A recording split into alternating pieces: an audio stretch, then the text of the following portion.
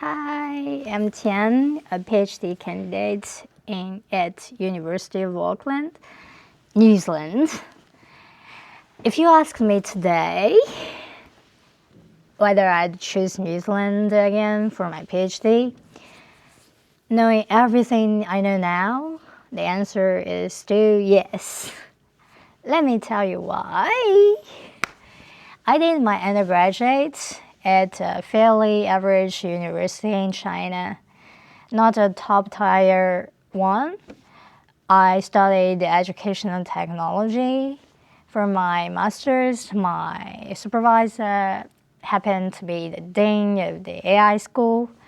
And around that time, I'd also been teaching myself some AI-related coursework on the side. So I started wondering, what if actually I try to switch into engineering PhD? I ended up incredibly lucky. I found Craig, I found Kevin, I found Alan at the University of Auckland.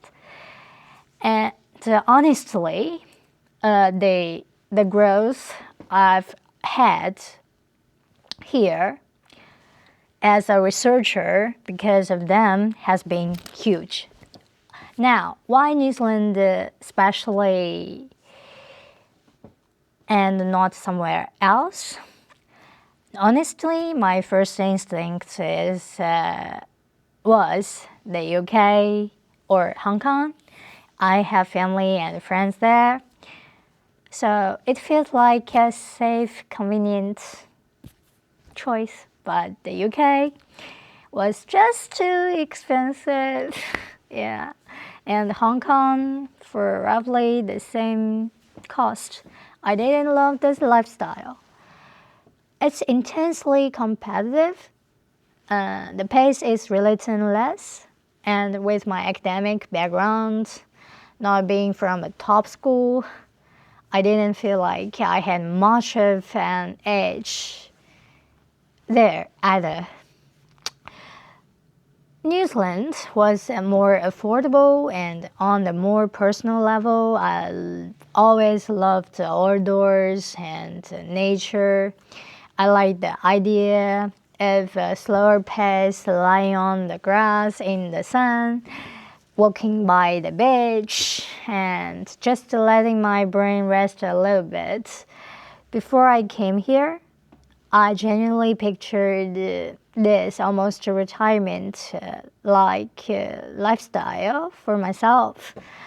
And that image still stuck with me.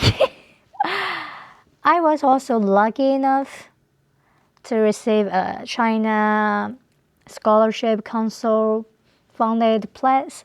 So I didn't have to rely on my family financially for any of this. That took a huge weight off my shoulders. But let's be honest about the early days. When I first landed, everything felt so expensive. You do the currency conversion in your head and just whiz. That first month was rough, but then slowly you get used to it. Trust me, you will get used to it, and then you're used to it. That's kind of how it goes when you live abroad. Yeah, you will go through it. Once the one-time startup costs were out of the way, my weekly spending became pretty normal, and honestly, it's flexible depending on how you want to live. Eating out here usually runs about $20 to $50 a meal. Cooking at home is cheaper and tastes better if you're a good cook, okay? But takes more effort. Groceries for me run around $100 a week. You can live simply or a little more comfortably. The goal is just to live well. in whatever way that means for you, okay? Would I choose this again? Yes, without any hesitation. This experience gave me more than academic growth. It showed me how diverse the world actually is, and at the same time, how much we all genuinely have in common, no matter where we are from. But I'll be honest, New Zealand isn't for everyone. The place suits people who love the outdoors, who care about work-life balance, and who aren't chasing an intensely competitive lifestyle. If you are serious about academics, the environment will genuinely support your growth.